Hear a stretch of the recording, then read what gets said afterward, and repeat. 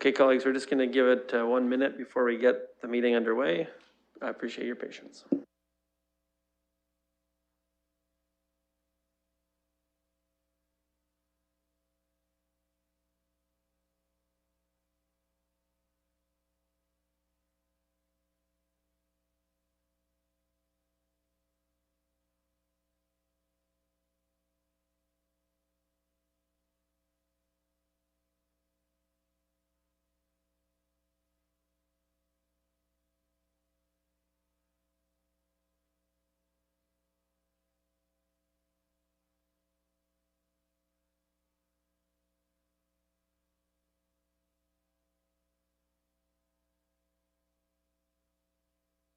Okay, I'm going to call the fourth meeting of Community and Protective Services Committee to order. This is a virtual meeting during the COVID-19 emergency.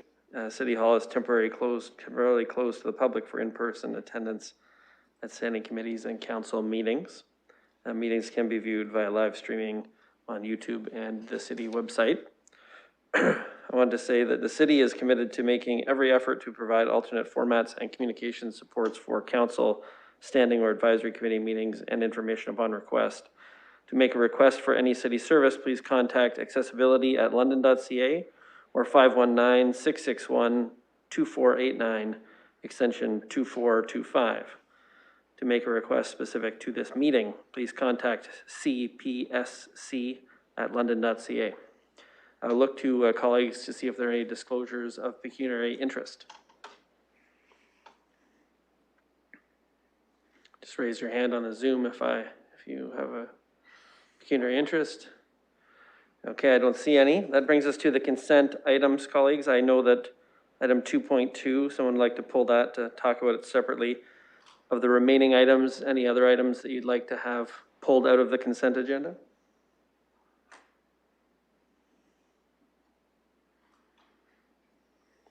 Okay, I don't see any, so perhaps we could have a motion for 2.1, 2.3, 2.4, and 2.5.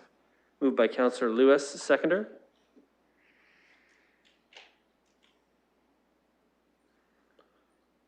You'll have to raise your hand on the Zoom, colleagues, and perhaps whoever's running my screen here, if you could change it to gallery view so I could see everybody. You can change it. It's running. Yeah, you're the only one with the camera. Okay, all right. It's not the machine that's broken anyway. Okay, I need a seconder. So someone raise your hand on the Zoom if you'd like to second that motion.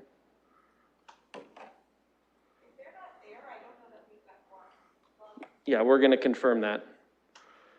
So Councillor Hillier or Councillor Salee, if you could indicate whether you're at the meeting.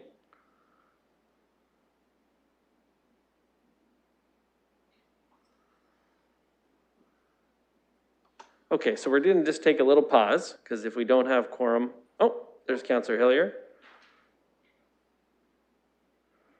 Okay, so that's 3 plus the mayor, so we're good. Councillor Hillier, would you like to second that consent motion? You're on mute.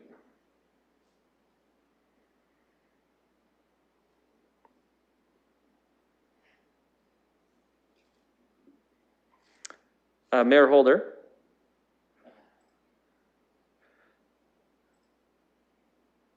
Can you hear us there, Mayor and Councillor Hillier?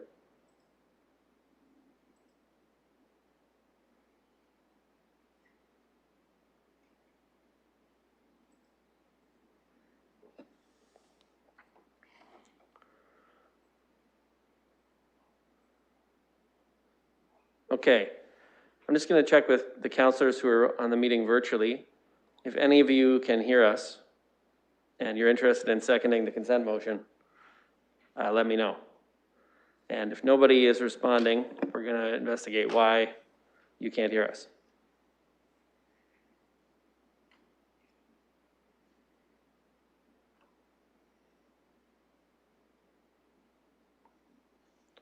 Okay, so bear with us while we maybe investigate that. 1 sec.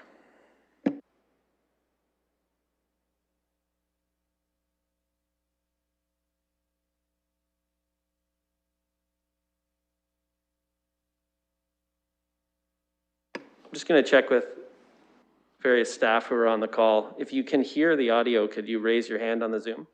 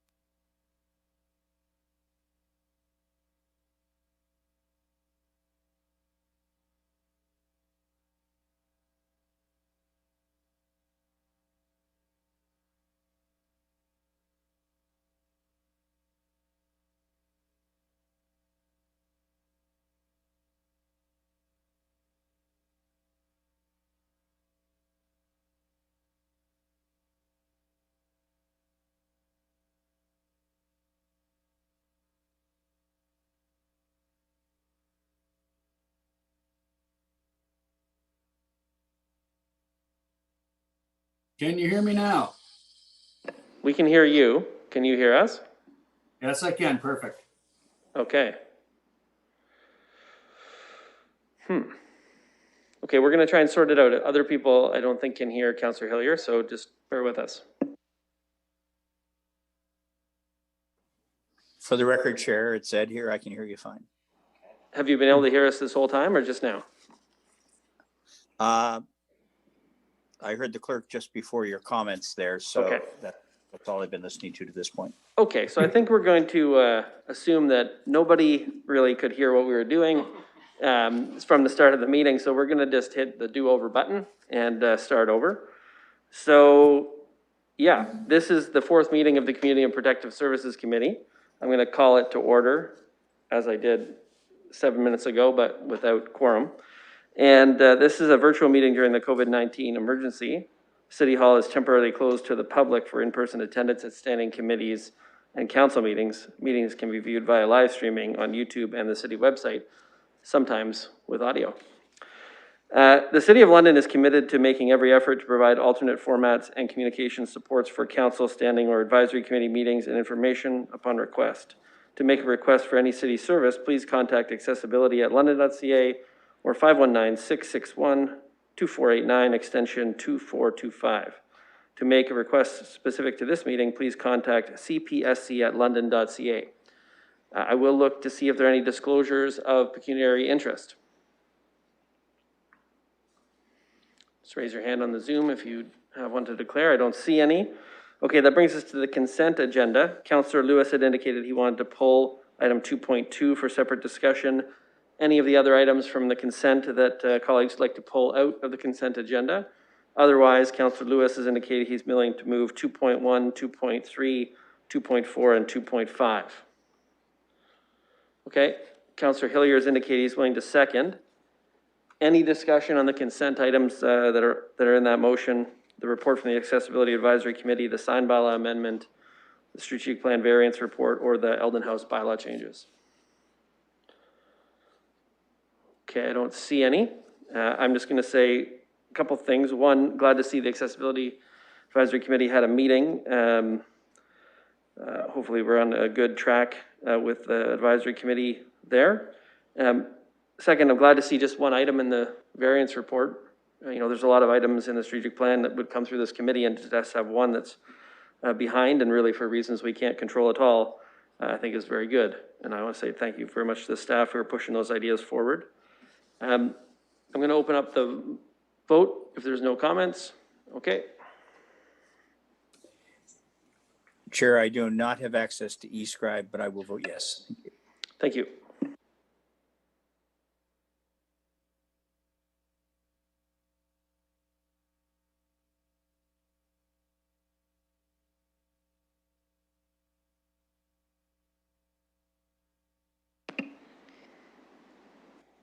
Closing the vote, the motion carries 6-0. Okay, that brings us to item 2.2. I think what I'd like to do is just go to Councillor Lewis. He had indicated to me that he wanted to potentially deal with some of the specific items separately. So I think colleagues just be prepared for, we could be voting on some of the ideas and not others. there's two different numbering systems. You know, there's the numbering in the motion, the recommendation from the staff, and then there's the numbering in the report. What I'm going to suggest is we do the numbering in the report rather than the motion. The motion could change over time. The numbers in the report are going to stay the same during our discussion. So I'm going to go to Councillor Lewis. He can start with his comments and I'll make a speakers list. Go ahead, Councillor Lewis. Well, thank you, Mr. Chair. Just for consistency, I'm going to refer to the items as they're numbered in the table within 2.2 of our agenda, rather than confusing numbers in the agenda and numbers from other reports. So the table I'm talking about is the ideas for action, and then it's numbered 1.1, the Christmas holiday market, 2.3, the downtown recovery, free transit, and so on. I think we should probably deal with a number of these separately. I think there might be some different approaches to different suggestions here. I think it's really important to emphasize that when we sent these to staff, it was to receive the ideas and to direct them to come back to us with some implementation ideas and costs. We did not authorize or commit to making any of these decisions when we sent this list to staff to come back to us with some more details. I think there are some really great ideas in here. The Christmas holiday market and the you know, making downtown a holiday destination, a regional holiday destination, I think makes a whole lot of sense. And we've got a lot of time to lead up to that for next year, since we're, you know, well past the Christmas holiday season at the moment, but it will come around again, as it always does. I guess the first thing that I want to point out is 2.3. And it's labeled downtown recovery, free transit to the downtown. It's not, in fact, about free transit. It's actually an extension of municipal parking, in municipal lots, free parking. So I think that right there presents although it may be just a clerical error, we're talking about parking, not transit. So people may feel differently on that one than they might on a transit implementation item. Certainly for me, I think that the public toilets and sanitation idea 4.4 has a lot of upside to it. I'm concerned though that you know, a $600,000 cost. I'm going to have some questions for staff on that, so I'd like to deal with that one separately. When we get into some of the other items, you know, 5.6, the Mural Facade grant. Respectfully, I will not support that one. We just approved $250,000 for facade grant improvements yesterday at PEC. I'm certainly willing to have mural facades as something that we're helping with, but it should be under the auspices of the overall facade grant. When we look at things like the City of Lights public art projection program, you know, I measure that against another expense that we've approved not too long ago, the WISH, the winter emergency shelters that are providing shelter until April for 60 individuals for $2 million. Compare that to $300,000 for an art projection program. I just cannot justify to the public that we're getting $300,000 value out of, you know, what are respectfully some light shows, which can be fun and entertaining, but I can't see the value in that in terms of a recovery from COVID. So it would be my preference, colleagues, that we kind of deal with these individually and discuss the merits. I'm, of course, open to hearing what other folks have to say or think about this. There's some really good ideas in here that I fully support. But there are some that I'll not be supporting moving forward. So I'll look to hear what other people think before we sort of hammer out how we want to deal with this process. Okay, so I think what I'll do is I'll look for other colleagues who want to weigh in. And I think maybe identifying the ideas that you might have some concerns about is probably the easiest way. And then we can deal with all of those identified by anybody separately. If there's a whole bunch of ideas that there's consensus on, no one identifies them as something they're concerned about, then perhaps we can deal with those together as a group and then get into individual discussion and voting on the other ideas. So I have Councillor Kaibaga, and then I'm going to go to Mayor Holder. And then Councillor Hillier, I see you got your hand up. Go ahead.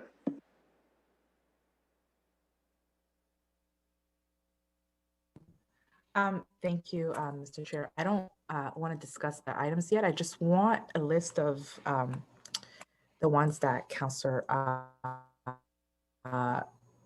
Lewis just mentioned, that he would like the full lists so that we can see it somewhere. And then Sure. I'll comment later. Yeah, perhaps you can give the numbers, Councillor Lewis? Sure, give me just a moment here. So I think that 2.3, which is the downtown recovery free transit, I'm going to look to the chair and maybe our clerks on that one if it's just a matter of a clerical error, just because I'm concerned about, you know, saying that we're doing something that's transit related when it's parking.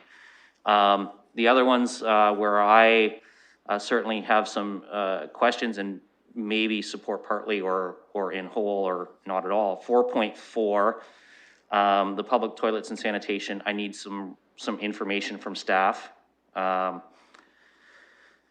The 5.4, the public art projection program, and 5.6, the Mural Facade grant, are ones that I definitely would like to vote on separately from some of the other ones. And I do have some questions for staff about 5.2 and 5.3. And on those ones, I wonder if we might need to do a referral back, just given that we're not really in recovery mode from COVID yet.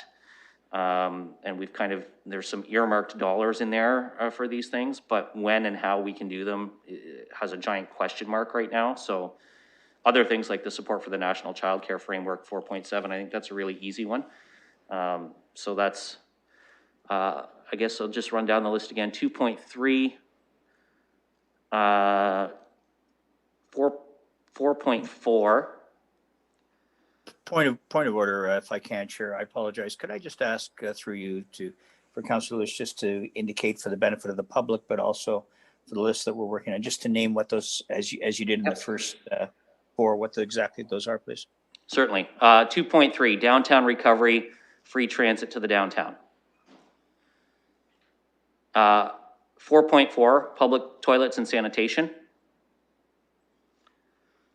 5.2 and 5.3, I'm saying those together because I think they kind of go together. They're the outdoor concerts and interactive distance festivals and events.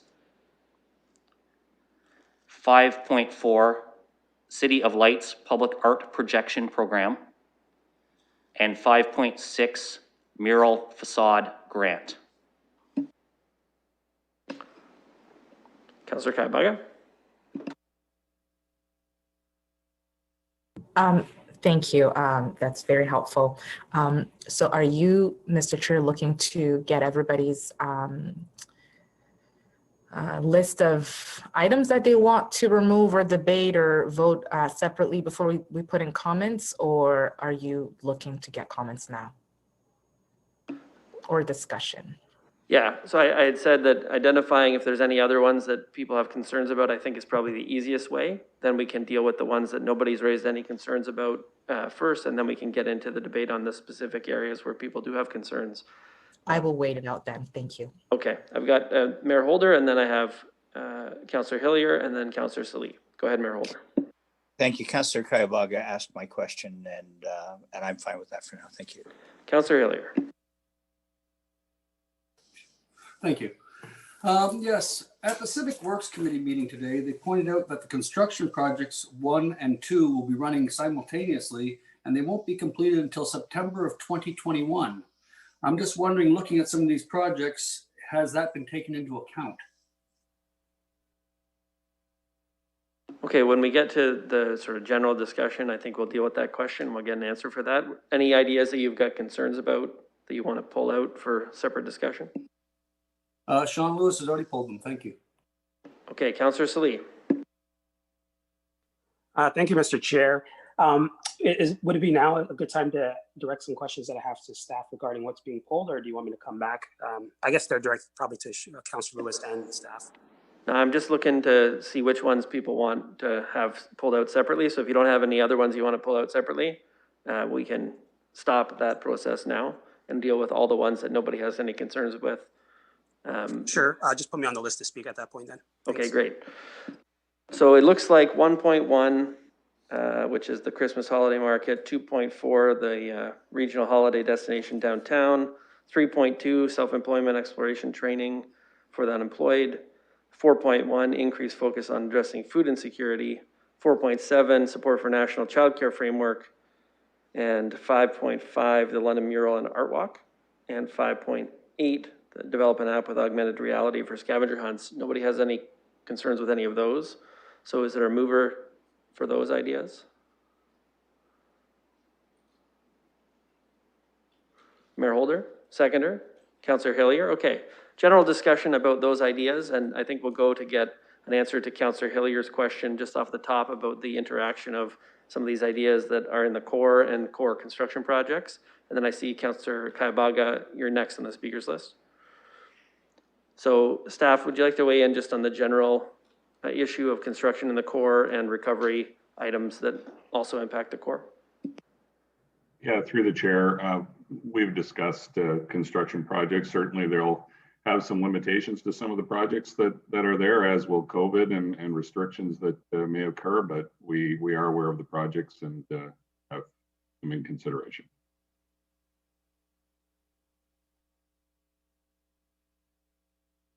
Councillor Hillier, you satisfied with that, or do you have a follow-up? I'll come back. Okay, Councillor Kaibaga. I'm sorry again, Mr. Chair, for asking this question, but are we discussing the list of items that were not removed, or? Okay. Yes, we so are. I have Yep. a question on the scavenger hunt one, 5.8. Can we just get staff to kind of tell us where the financial impact on that would be, and who would be in charge of creating that app, whether it's the city or if there's like an independent person who would be in charge of that? Who would like to handle that one? Through the chair, I'd like to ask Mr. McGonigal to explain some more of the details of that project. Go ahead, Mr. McGonigal. Thank you, and through the chair, for the purpose of this report, as you can see, 5.3 and 5.8 were put together. This is a private company who has a technology solution that's an augmented reality app. We do have some community partners who have invested in that, but the City of London itself is not overly involved. And so what we've stated is that we can support them through in-kind contributions to our partners who have invested in that. So there is no financial impact, just to be clear, sorry. Thank you. Through you, Mr. Chair, if I could ask, does that mean that 5.3 as well does not have any financial impact? Through the chair, that is correct. 5.3 and 5.8 do not have any financial impact to the City of London. Okay, so if I could comment on that, I think if I could remember, I have connected with a few people in our community who do virtual work and are trying to bring this as an innovative tool that they can see as a response to the way that we interact with one another in our community, especially during COVID. So I think this is a really great idea. And I'm not sure why we separated 5.3 and 5.8. I'm looking to see if 5.3 could get back on the list and we can support it. I think it's a great idea and it's a great alternative moving forward in this new way of interacting with one another during post-COVID. It would be a great tool for us to use and to look at and to support the innovators who are working in this sector in our community. Thank you, Councillor Kaibaga. The reason it's been separated is because one of the committee members wanted to do that. And I think rather than talking about adding it back in, once we deal with this group, we'll be able to deal with these other items individually. And maybe the committee wants to go ahead with 5.3 and maybe they don't, but we're going to deal with it one way or the other. And I think talking about putting it back in is just going to slow things down, unfortunately. Okay, any other discussion about those items that have been moved that no one seemed to have any concern with? Yeah, it was the mayor and Councillor Hillier moved and seconded. That's no problem. I appreciate everyone's patience as we're working through it. It's not the most elegant process, but we're getting there. Councillor Kaibaga. I'm not sure for the voting portion, but I just wanted to make some comments on the other items that we're voting on. I just want to say that these are great items that we're voting on, and thanks for staff for the work that they put in to bring this to the table, and also thanks to the community members who got together during the London Recovery Network system to figure out a way to address community issues and ways to move forward and to go through this recovery together. It is community informed, so I just wanted to say take the time to say thank you to everyone who participated in this.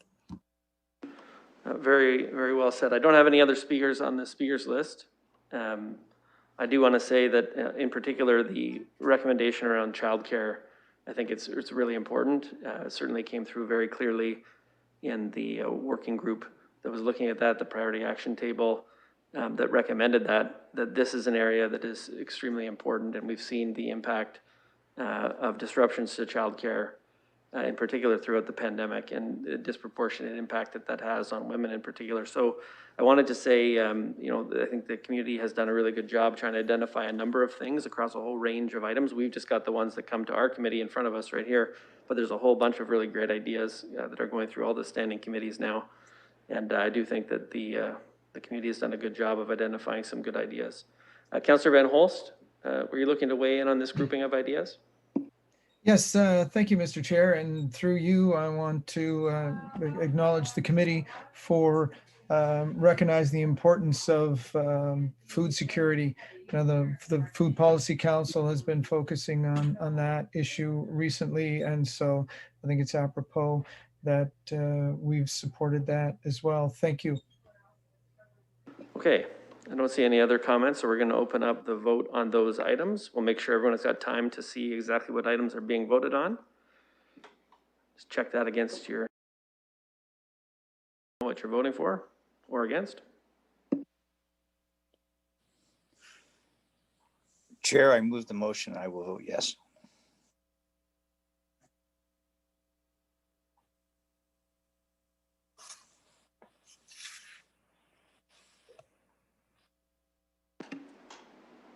Closing the vote, the motion carries 6-0. Okay, let's start with, this is the downtown recovery, free transit to the downtown. First, I'm going to go to staff to just address the issue that Councillor Lewis raised, which is a lot of the language in the report is about what's happening in terms of free parking. The idea that was recommended is about free transit. So first, maybe start with that, and then we can have a broader discussion about what is happening in terms of ideas that might be coming forward from the Transit Commission that are related to this idea. I certainly can give a little bit of context there, as we did discuss this at our last Transit Commission meeting. So who from staff would like to handle this one? It's Adam here. I can handle that one if it's okay with you, Mr. Chair. Go ahead, Mr. Thompson. So I'll ask potentially, I don't know if Orest is still on the call or George on the call to talk about the parking angle, but from the angle of free parking. So the idea came from the LCRN. It came in received by committee. From that point, I think as the chair indicated, the London Transit Commission in a recent meeting has talked about that idea. What they've come up with out of that meeting is a couple of alternatives to address the spirit of the idea, which is to get more people moving to the downtown. So those ideas have been communicated to Civic Admin, and we will need to, as most of those ideas relate to partnerships in the community, we'll be taking that back to the London Community Recovery Network to discuss how that's going to go forward. And we can bring an update as appropriate on those items should they move forward.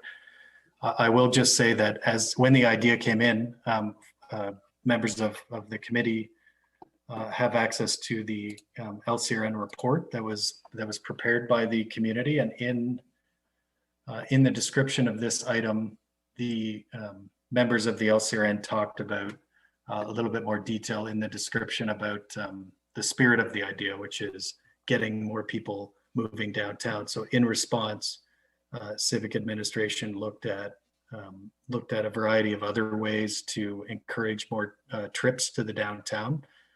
And that's where the concept, or that's where the ideas generated for discussion today came up around the parking angle. So there was a clear recognition of a transit piece to this. And then there's an identification by civic admin of a potential parking angle for this. And on that point, for questions about the parking side, I would defer to my colleague, Mr. Kotsovas. What I think I'm going to do is, hold on, Mr. Kotsovas, or Mr. Katolik, I think actually was speaking there. Just hold on for a second. I'm just going to go to committee members and see, we've got a little context there. What other specific questions do you have, having heard that initial answer about, why is it talking about parking when it's about transit? Go ahead, Councillor Lewis, and then I'll look to other colleagues. Thank you, Mr. Chair. And I guess the reason that I'm questioning is, we've got an indication of there's $150,000 approved through the Core Area Action Plan and MYB for the 2 hours of free parking, at street meters and municipal lots. What I don't see in here with the language around which I'm fine with, I think that incentivizing people to come downtown by providing free parking is certainly a good support for business. My question is, in terms of the transit component, it's very difficult to determine where riders' destinations are when they get on a transit stop anywhere, whether it's the number 7 out in my ward from the Argyle area, or whether it's somebody getting on out in Byron, perhaps from Councillor Hopkins' ward. So my question is kind of two parts here. And Mr. Chair, you may have some feedback on this too from the LTC discussion. How would that even be operationalized? And would there be, do staff foresee coming back to us with an additional cost, or would a proviso of free transit, maybe it's free transit on the weekend to come down to Dundas Place when it's closed for outdoor programming or something. But is there an anticipated additional cost to offering this free transit mentioned in here, but not really outlined for us? So I'm just going to weigh in with a little bit of context, and then I'm going to suggest that perhaps what we do with this idea is we just direct Civic Administration to keep working with the Transit Commission on the idea, and we'll have a decision at a future point, because I don't think there's anything fully landed at this point. I would say at the Transit Commission, what happened was we had a discussion about how could the initial idea be operationalized. So if you're going to provide free transit to the downtown, how would you do that? Because of the issue that Councillor Lewis identified, which is, regardless of where people are starting their trip, they could be heading downtown, and we really don't know. Basically, you have to make transit free all over the system. There's not a way of really limiting it to people who are going downtown. And that is a very expensive proposition, on the order of like $30 million. So it's not an insignificant thing, and the Transit Commission is not interested in doing that. Although the financial situation of transit is stabilized right now, the Safe Restart funding, phase 1 has helped a lot. Phase 2 is looking pretty good, but there's still some uncertainty on that front. And I wouldn't describe the financial situation of the Transit Commission as, back to normal. It's still quite a bit of uncertainty about what is going on. So the commission is not interested in making the whole system free. They did suggest, and this is the staff of the Transit Commission, 4 different ways to kind of respond to this idea, which is how can we get more people downtown on the bus. And so one was purchases made downtown could be used as a transfer. So if you were downtown for longer than 90 minutes, you had a receipt from somewhere because you bought something, you could just show the receipt and you could get on the bus on the way back without having to buy another ticket. Businesses could offer customers a discount, so show your transit pass or your transfer and you can get a discount. It's a way of businesses encouraging people to come down. Special event tickets could be used. So similar to how sometimes at the Knights game, you could show your ticket, you get on the bus on your way back or on your way there. That already happens, and it could be expanded potentially. And then advertising on the buses could be directed to really promote going downtown. So there's the variety of things there that could be used to try and meet that spirit of the idea, which is to go downtown. And the commission basically directed the staff of the Transit Commission to work with Civic Admin to try and figure some of those ideas out, because the idea of getting more people downtown on the bus is a great one. The idea of making it free is extremely expensive. So is there something we could do that is going to encourage people to get downtown but not cost $30 million? is sort of where we're headed from the Transit Commission side. And I think a direction with this idea to say, let's keep working on it until we figure out some concrete ideas. I think that's a good one. So I'm going to go, I think Councillor Lewis is next. I'm just looking for colleagues. Put your hand up if you want to get on the list. Councillor Lewis. So that's really great information, Chair. Appreciate the perspective from the LTC members, and I think you're onto some interesting ideas there to provide some special event tickets and that kind of thing. So, but that would need to be factored into how we operationalize that, how we assist transit with the cost of that, and what the trade-offs are for the parking piece. So I'm going to move referral of this back to staff to bring this back to us at a future meeting after, perhaps doing a little more work on fleshing out how this will be operationalized with transit as well as with parking. Okay, so I think as long as it's a direction to just continue working with LTC on this idea, I think that's a reasonable idea. So I'm looking to see if there's a seconder for that. Okay, Councillor Hillier, any discussion on that idea of let's keep working on how we can figure out some concrete ideas to get more people downtown on the bus? Councillor Kaibaga. I just had a question on, I'm reading the report here, but I'd like to hear from staff to just kind of present this item and what they were thinking and when they were bringing it forward. I kind of want to hear their idea. Through the chair, it's Oris Katolik here. These are really two separate items. The item on parking is to direct for delegated authority to civic administration under the fees and charges bylaw to allow for variable parking rates in municipal lots during special events. And the principle behind this is to better compete with private commercial parking lots. So say, for example, there's a special event in Dundas Place or Budweiser Gardens. The commercial parking lots will provide for reduced parking rates, and you'll see that their lots are pretty full. Municipal lots, on the other hand, are quite empty because we, through the fees and charges bylaw, are directed, and we do not have the ability to vary the parking rates without going to council. So this is more of a direction, very separate from the transit discussion, to allow for variable parking rates so that we could fill our lots and compete better with the private commercial parking lots. Councillor Kaibaga. Thank you. Perhaps if we, so yeah, okay, I'll just leave it for now, just because I wanted to hear what their idea was around the transit part. I understand the parking part, but I wanted to hear the transit part, where they were going with it before we refer it back. Councillor Salee. Hi, hello, Chair. And my question, I guess, is to staff and maybe to Councillor Lewis.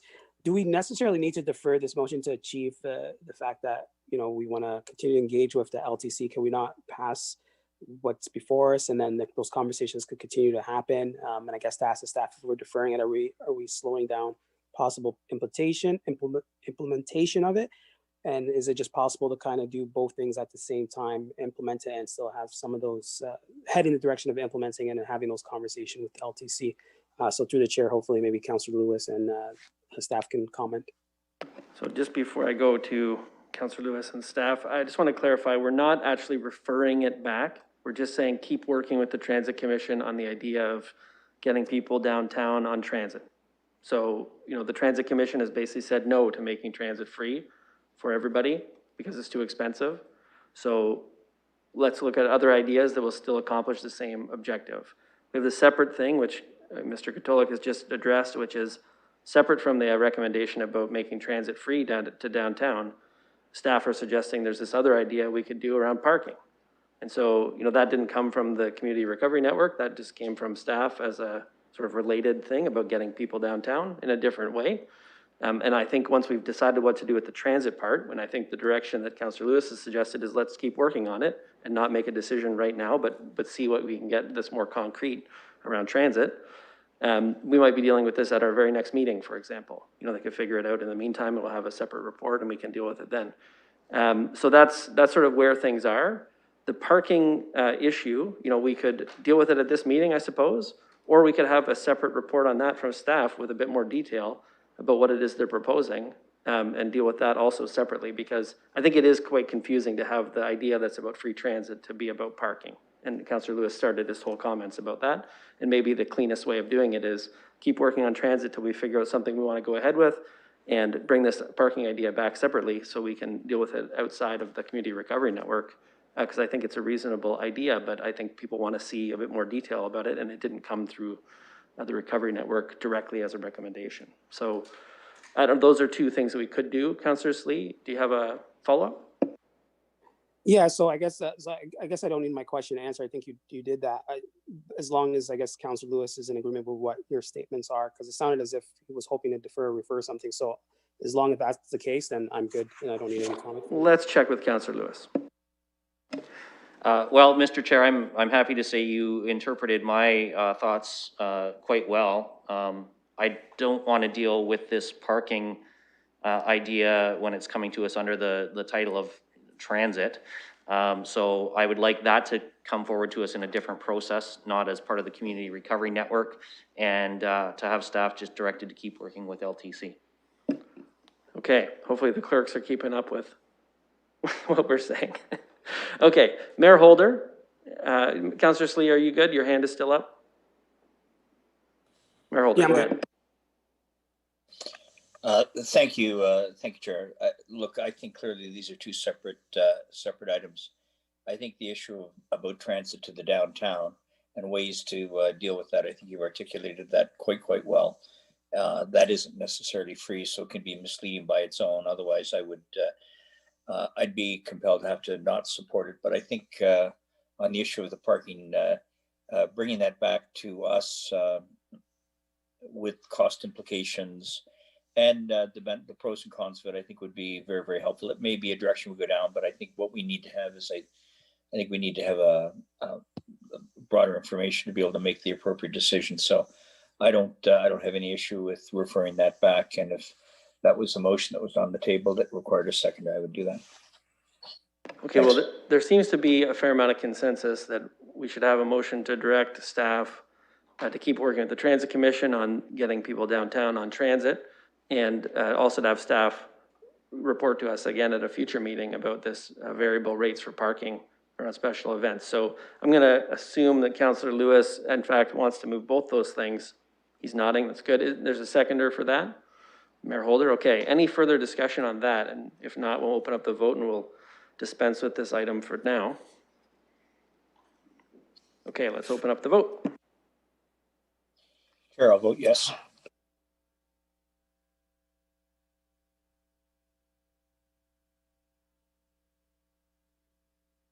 Just bear with us while we get the language right.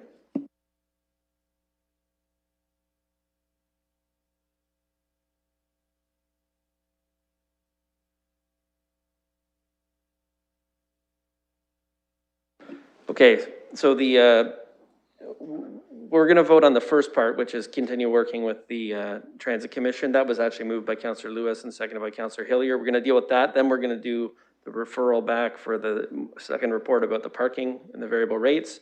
And that one will be moved by Lewis and the mayor. So 2 votes, just bear with us. Appreciate everyone's patience.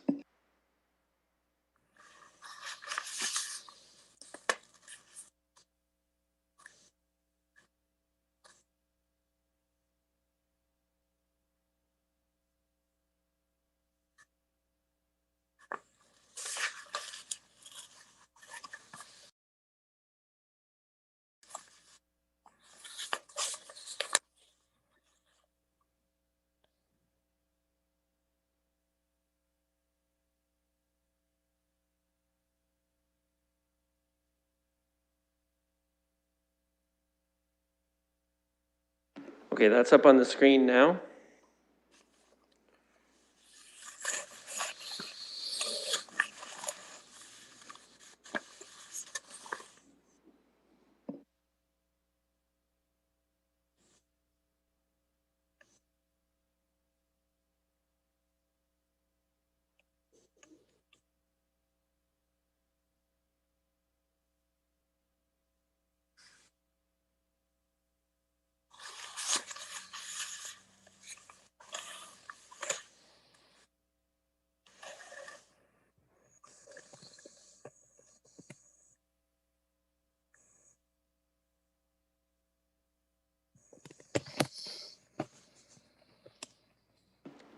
Okay, the motion's up now.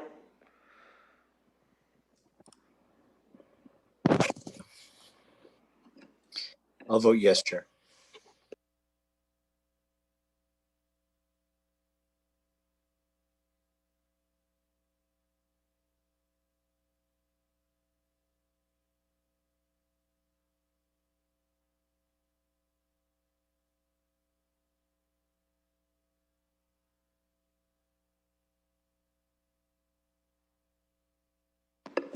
Okay, that motion is passed 6-0. Sorry, Jerry. Okay, that brings us, I think,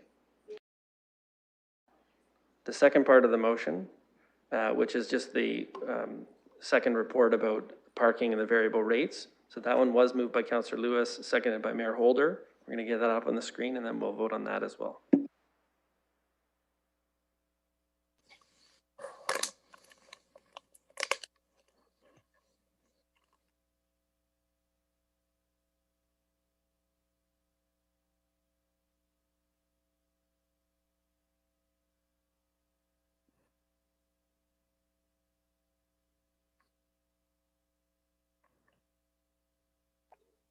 Councillor Helmer, I have my hand up. Councillor Slee on the report back about parking rates. Go ahead. I just had a quick question. I'm not sure if staff or the clerk can ask. If there's that flexibility that's given with parking rates, will that require a public participation meeting? Let's go to Mr. Katolik. If it's going to involve a change to the fees and charges bylaw, it probably would require a public participation meeting, but it depends how it was done, I suppose. Mr. Katolik?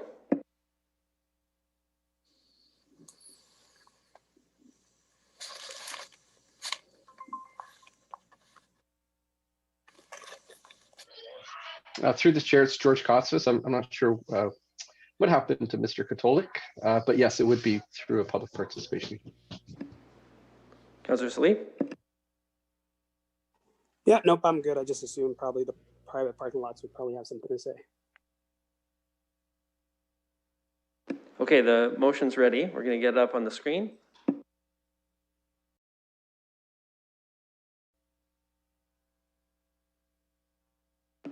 Okay, we're going to just change that. So it's not to approve it, it's to have a second report. So let's just get that language changed.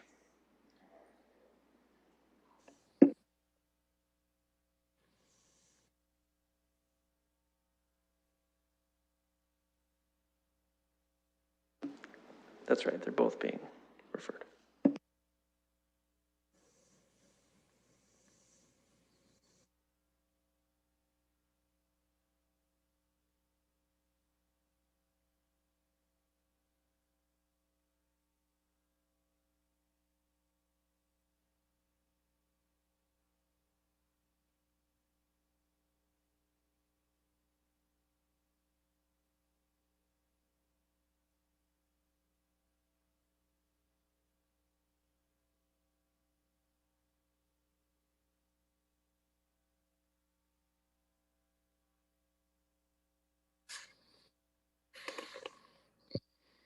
Chair, I'll vote yes to the referral.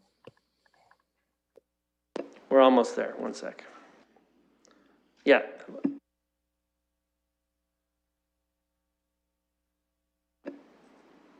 Okay.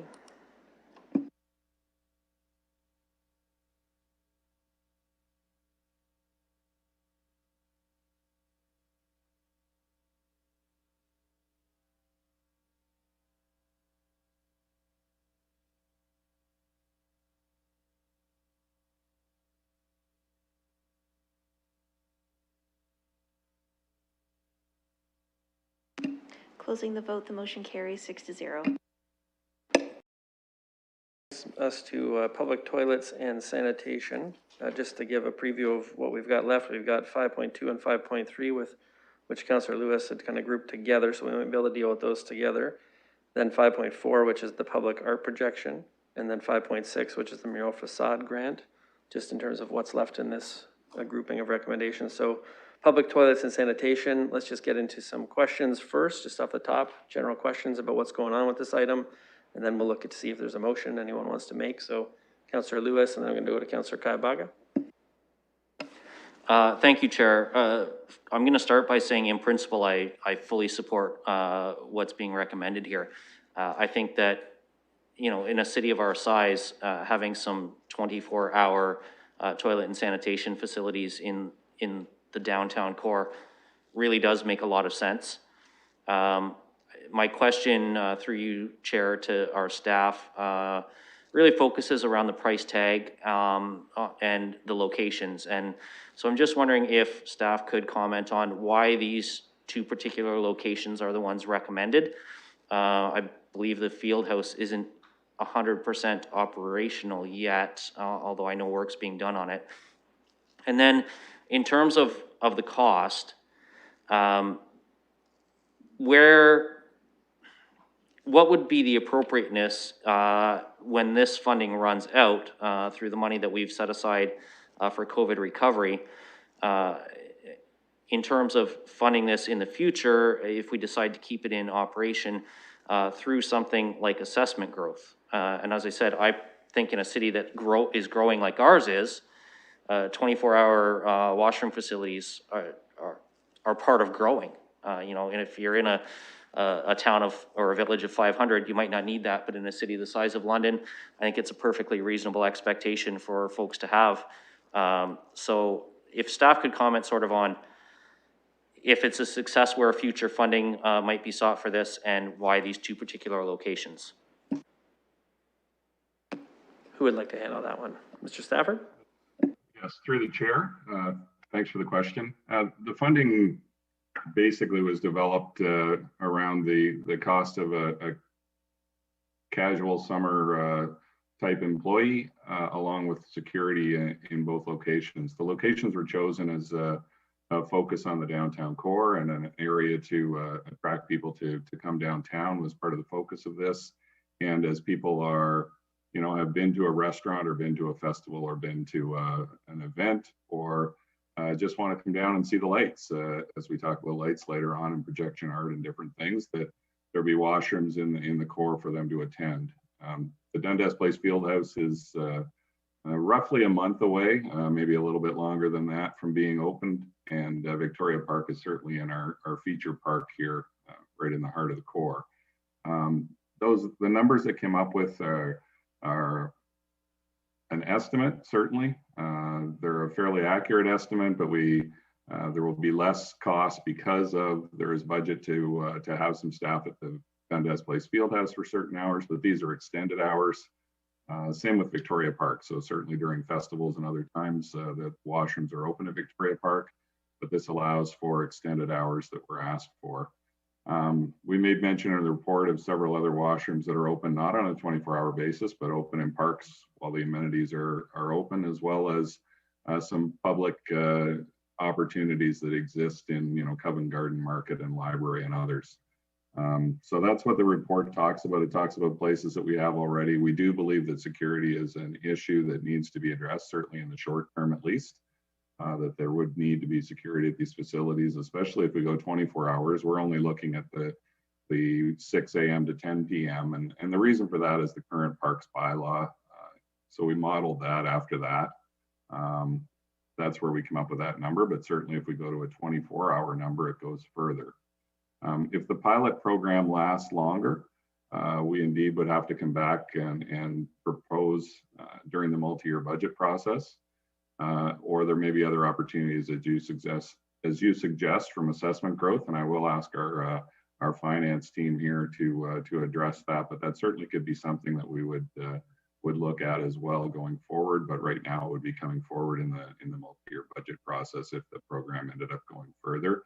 And then certainly after a couple of years, we'd have a better handle on what the needs are, what the desires are, and what the actual costs would be as we move forward. Okay, I'm just going to check to see if finance wants to say anything right now. Yes, through the chair, it's Alan Dunbar, and I would support what Mr. Stafford said, that at that time, when we're developing the multi-year budget, we would bring forward whatever was appropriate, a business case for further funding or consider assessment growth at that time. Okay, does that answer your questions? Okay, Councillor Lewis. So I got Councillor Kaibaga, then Councillor Van Holst, and then Councillor Salee. Go ahead. Thank you, through you, Mr. Chair. I just actually wanted to move the motion. I think this is something that I have had to deal with a lot during the pandemic, especially when we had the stay-at-home orders and when we were on lockdown, different businesses that were operating, doing curbside or using Skip the Dishes and Uber Eats and all those services, had a hard time because they would get different members of the community who are just on walks or need to use the bathroom, or even the people providing the service needing to use the bathroom and not knowing whether they'd be fined if they let people in their public bathrooms or not. So I really think that this is, I want to support it. I want to move it. I think the locations are on target. And yeah, so I'm putting myself up to move the motion. Okay, is there a seconder? I think the mayor, yeah, okay, I see you there. It looks a bit of a race to see who gets seconded. Okay, Councillor Van Holst, go ahead. Thank you, Mr. Chair. And I just hope that staff will come back with, a fair bit of detail in this one. The price tag seems high to me. And so I'd like to understand that better, although the idea I very much like. My community in Hamilton Road has been considering such a thing. However, that, as I said, that does seem costly. So I'd like to know how that's the case when that does come back. Thank you. Okay. Councillor Slee, I saw your hand up. Yep. Thank you, Mr. Chair. And I did want to still ask the question before I support the motion. So if I'm looking at the business case and if I'm seeing the expenditures of $600,000 for this, can staff kind of touch on how much of that is cost related to personnel, I guess security, and how much of the actual cost of the washroom is, if they have that answer today? Yep, let's go to Mr. Stafford. The business case outlines the sort of operating budget impacts, but if you want to be a bit more specific, Mr. Stafford, that would be helpful, I think. Yeah, through the chair, if I may, a really rough estimate just to give an idea of that annual cost. So from a 6 a.m. till 10 p.m. daily, a casual employee, if we talk about a summer casual employee at just over minimum wage, that comes out to a whopping $90,000 a year, just from a 6 to 10 at one location. So then we get into security to help support that and get in that further. We look at another total of in and around $170,000. So we're all of a sudden at $260,000. That's one location. That's from 6 a.m. till 10 p.m. That's not a 24-hour location.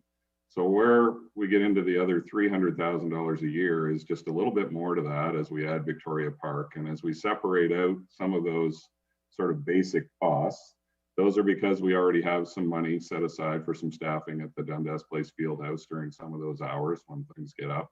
We have staffing during events and different times of Victoria Park that are already available, and we already have some security costs at those locations. So the costs are actually much, much more than what you're seeing here. And we already have a lot of those costs in existing budgets, so we're able to present this cost. But the costs are much, much more than what you see here. This is a bargain rate. I know I don't say that very often, but this is what it costs, and this is what it will be to establish these two sites, and that's why it's there. Councillor Slee? Yeah, and thank you, staff, to the chair for that answer. So I do have a concern that's going to grow and continue to grow. I think recognizing the importance of the role that security does play, but $170,000, kind of at the, I guess, the conservative amount right now. I think is there an opportunity for staff to look at other opportunities? I don't know. I know we have our ambassador program that's on hold right now for the downtown area. Or is there other kind of personnel that can probably fulfill this role? I think, there's a need for community safety, but I think sometimes, we're quick to, because it's what we've become accustomed to, is to tend to go towards security. And I think usually that's a little bit more expensive. And I think usually sometimes it's not always the perfect fit. I assume that my assumption is the need for security is because, at times maybe there's people who are unhoused individuals who maybe, spending longer than needed time in some of these facilities. Is that kind of, I guess, why there possibly is a need for security, or if there's some other concerns? So I'm just trying to have an understanding of that. I'm not sure if staff have comment to that they're able to respond to today. or if when they do come back, if they can touch on that and find maybe another alternative to continue, to find other ways of us to not have to continue to invest significantly more and more in security and more enforcement. Yeah, through the chair, I do believe that's a really good question, and we certainly have hopes and believe that we can move into a different direction as well. And as times change and as things grow and as people get more used to where we're at and what we're doing, but unfortunately, history at this point in time shows that that is a cost that we do need to absorb at this point and consider at this point. But I agree, and I think there's other opportunities. I think the ambassador program, as you mentioned, is a good opportunity to change and move forward with that. But I think as currently, these are the numbers that we need to present. This is how we need to model it. It's been a quick study on how we're going to need to model this type of situation. So we believe that based on history and based on our current situation, this is what we would need to do. And we certainly hope going forward that there's a different model that would be able to be used here and presented here. And as we bring it back in a future multi-year budget, it's my desire to bring back a different model, certainly. I'm just going to ask a clarifying question before I go back to Councillor Salee. So if the recommendation goes ahead now, the hours are expanded, staff are brought on to cover those hours, some security, some not security, and you find that the security is not needed or there's a different model, you would be able to change it within the existing budget allocation even before we got to the multi-year budget. It's not like we're locked in to this particular model. This is just setting out the overall budget for the two facilities and the expanded hours. Yes, through the chair, certainly. It's an ongoing review, and we do that with all of our services to make sure that we're delivering services as best we can and that most suit the situation. So we'll certainly be going forward with that, and it certainly would be our desire to bring back something that's a different model as we go into an MYB. But certainly we would be changing as situation occurs, and it's not necessarily security at all of these situations. And as the events are busier and different, and volunteers and ambassador models and all of those things are considered as we move forward, for sure. I'm just going to go back to Councillor Salee, and then I have Councillor Van Holst on the list, but I see Councillor Kaibaga wants to weigh in probably on this specific issue. So I may come to you before I go to Councillor Van Holst. Councillor Salee, are you satisfied? Thank you, Mr. Chair. So I would ask, unless staff have an objection to this, because I know this is something that we can't just fix right on the whim right here, but I'm just wondering if possibly if there could be an amendment that says that staff will continue to explore alternative approach to alternative approach to enforcement. So whether that be, i.e. the ambassador program, or if some staff can craft something that works to that effect, because I recognize that I don't have an answer today, and I'm sure staff don't have, but I'm confident that they'll try to explore that. So unless there's any objections from staff, I'd ask my colleagues to support that amendment. Okay, I'm going to go to Mr. Stafford just briefly. There might be an objection from the chair about mucking around with the ambassador program, which is already being reviewed. And I honestly don't want to have a whole other discussion at committee about that when it's already being reviewed and there could be changes already.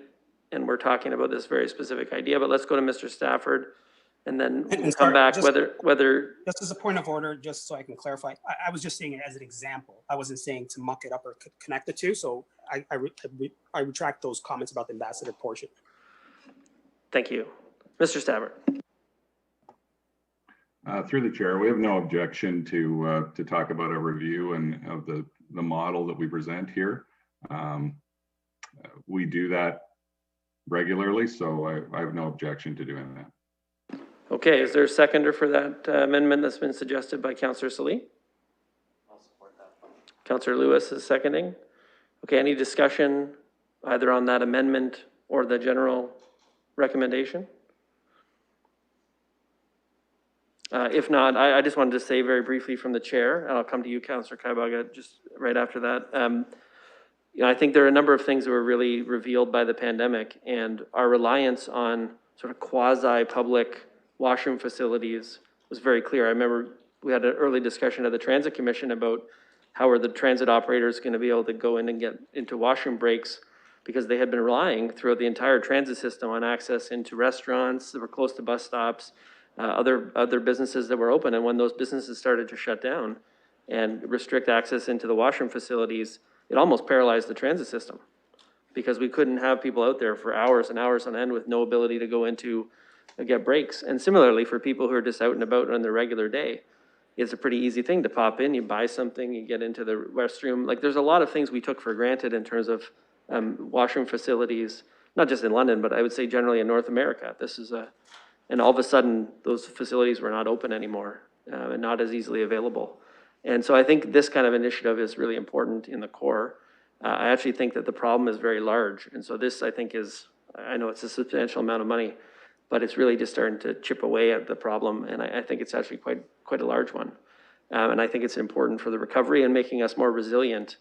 You know, if we ever had to deal with another infectious disease pandemic like this, that we have that kind of flexibility and that people have options that they can access because it's a really important service. So I do support the recommendation. I think the suggestion from Councillor Salee about making sure it's the best possible model is very apt. Councillor Kayavaga? I just wanted to say that I agree.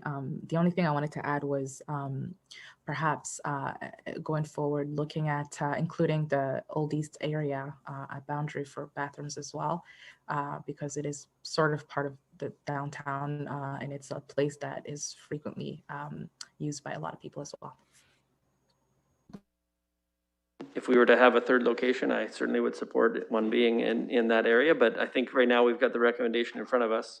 And I don't know that we're going to be able to expand it given the funding that's available right now. We have this recommendation from the report. It's been modified with the amendment. So I think we'll just deal with them all together because I don't see any objections specifically to the amendment. So it's been moved by Councillor Kayavaga, seconded with the amendment by Councillor Salee. Yep, I'm good to go. Okay. We're just going to let the clerks get that up on the screen. I may have made things more complicated.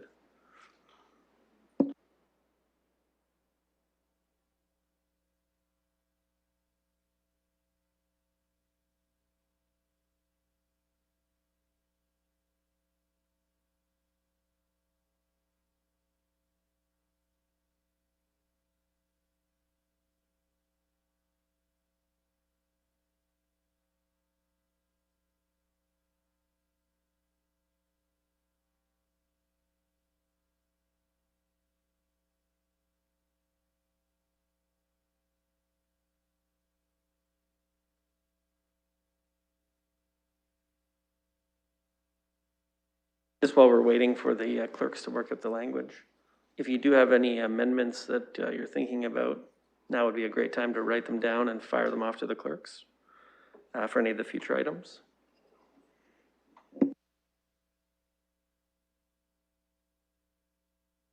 Okay, we're going to get the language up. Everyone can take a chance to look at that with the amendment language from Councillor Salee.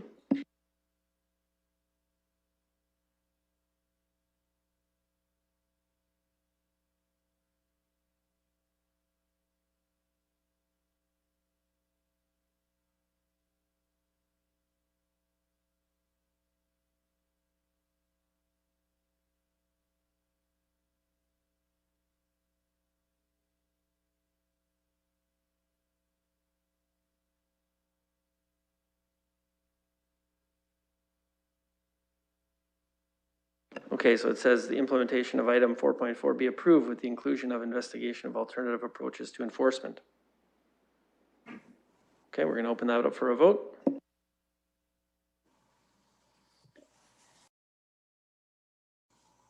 Chair, I'll vote yes. Thank you.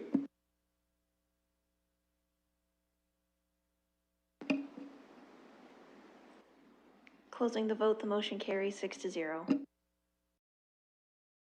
Okay, that brings us to item 5.2 and 5.3, which Councillor Lewis suggested we could potentially deal with together. So perhaps I'll let him ask his questions about that, which I think were related to, we can't really get together in big groups yet, so why are we talking about this idea?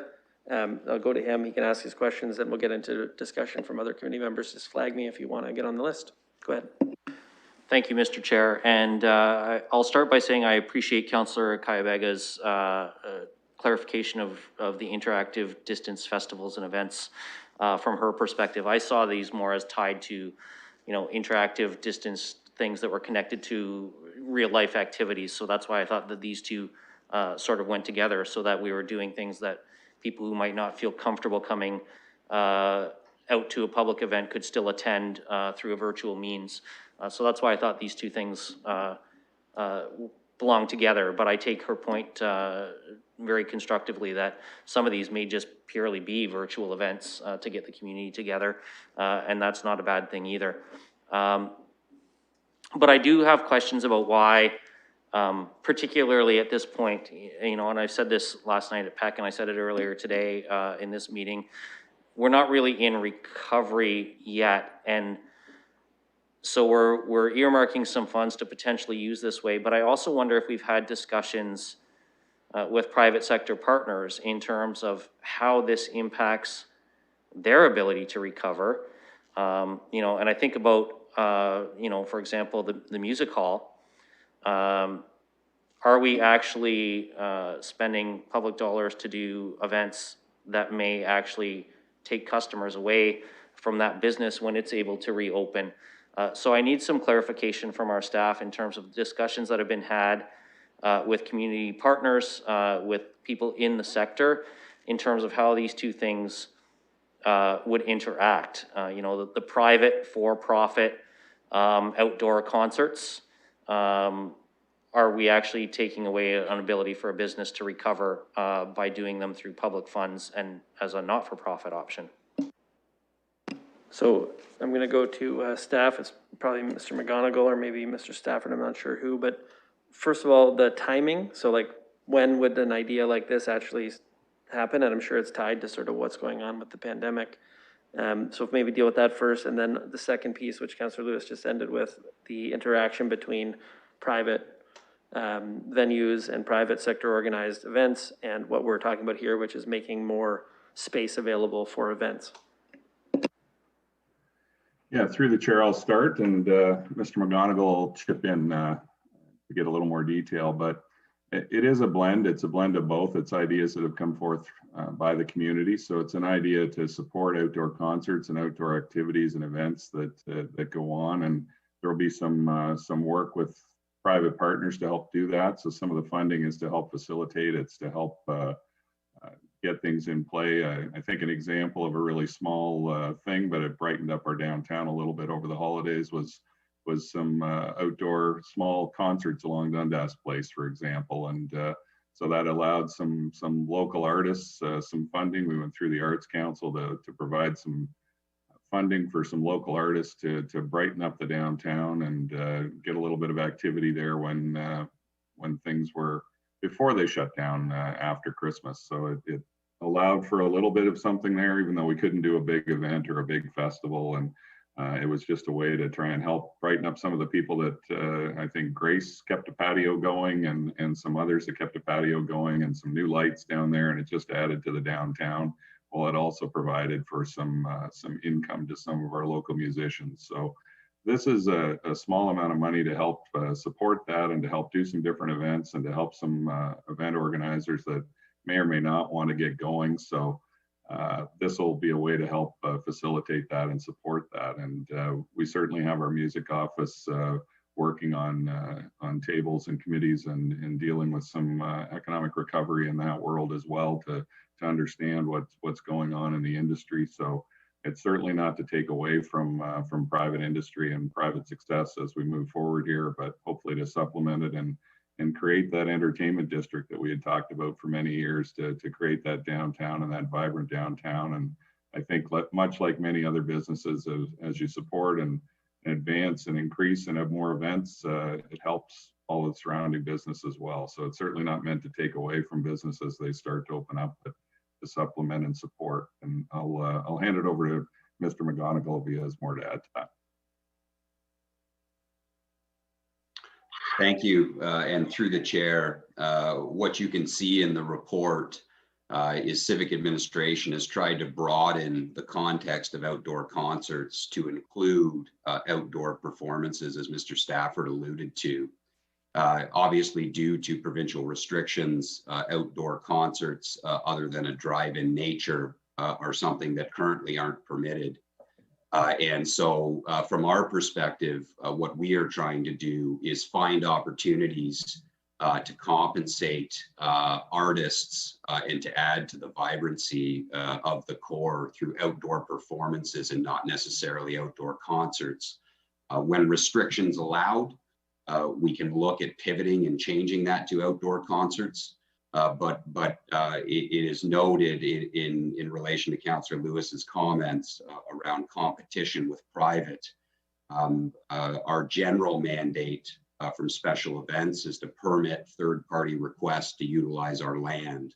When those requests aren't coming, we are trying to respond so that there is some kind of level of animation and activation of the public spaces, because those business models that worked pre-COVID for event organizers isn't something that's currently working right now. And so we've tried to take the intent of the idea, which is, in my opinion, related to musicians and artists having performance opportunities. And we believe the recommendation in front of this committee today responds to that intent to provide some opportunities for artists to perform in the core. Councillor Lewis. So just a very brief follow-up to that then. In terms of the idea implementation and the funding attached, is any part of this perhaps to make the special events permitting process, when we're able to have those things again, a little bit more streamlined? Is there an envisioning of waiving of fees and costs so that when a third party does want to put on an event, that the fact that they've maybe been out of business for all intents and purposes for the last year, are a little more easily able to secure those opportunities? Through the chair, I think, as you heard on the parking earlier and some of the delegated authority that civic administration was granted from council in 2020, we will always do our best to facilitate opportunities. And if those third parties have barriers, those discussions will happen.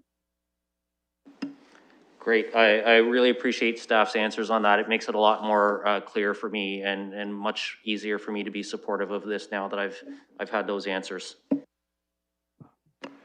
Okay, any other discussion on 5.2 and 5.3?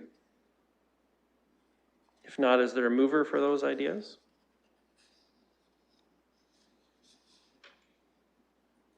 Mayor Holder, thank you. Seconder? Councillor Kayabaga.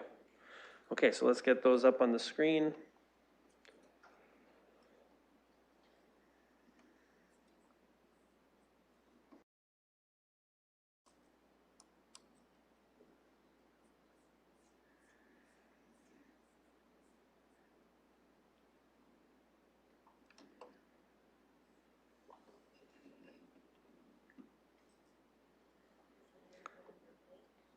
So we've got 5.2 and 5.3 up, moved and seconded. The vote is open. Mayor Holder?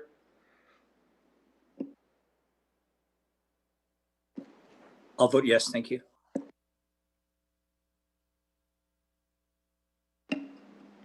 Closing the vote, the motion carries 6-0. Okay. 5.4, this is the Public Art Projection Program, buying projectors to make that possible downtown. I'm going to go to Councillor Lewis, who wanted to pull it for separate discussion. Then I'm going to come to Councillor Kayabaga. Let me know if you want to go on the list. Councillor Lewis. I just want to move it. Sorry, Chair. I just want to move it, not make a comment. I want to move it. Okay. Councillor Lewis. Okay, and actually having a motion on the floor is always a good idea before we speak to it anyway. So having it moved is helps focus us in. So I won't be supporting this one. And, I made this comment in my opening remarks, $300,000 for an art projection program. When you consider what we did with $2 million for the winter shelters, I don't see, frankly, the bang for our buck on this one. And I will add to that, and I don't mean this in any way to, I hope people don't take offense to this, but I'm just gonna say the way I feel, is that we actually rejected this idea as part of an earlier core area action plan budget item. And I feel like this is just trying to frankly, bring it back under a different umbrella to get it approved. I don't see a return on investment in terms of bringing people downtown at this price point, so I won't be supporting it. I think of the other good things that we could do with that money versus projecting some art on buildingscapes and walls, and I cannot justify to my residents spending $300,000 on this item. Okay, Councillor Kayabага has moved it. I'm just going to look to see if there's a seconder, and then we'll entertain further discussion. Okay, if not, I'm going to second it, and then I'll look to see if there's any speakers. Councillor Kayabага, go ahead. Thank you, through you, Mr. Chair. I completely understand the concerns that my colleagues may have, but I'm also approaching this as someone who has plenty of artists, residents in my ward who have been out of work during the pandemic, who have been looking for different ways to continue to support themselves and their livelihoods. Art is their livelihood. And just going back to the 2020 budget, there was very minimal investment in the art sector, and that really impacted the art sector a lot in the pandemic. So I do think that if this came from the London Recovery Network and is community informed, I don't see why we wouldn't support the art community right now that is also a community that's suffering during COVID. I'm happy to move this motion, and I'm seeing it in a perspective of having many Londoners who I'm close with and are in my ward and I represent, who are artists and would take any type of support that is coming from any levels of government right now. So if this is what we can do to support the art community, I want to support it. I see Councillor Van Holst. Committee members, if you want to, okay, I'm going to go to Mayor Holder, then I'm going to go to Councillor Van Holst. Go ahead, Mayor. Thanks very much, Chair. Where I saw this to effect, a very positive effect, was when I worked in Ottawa.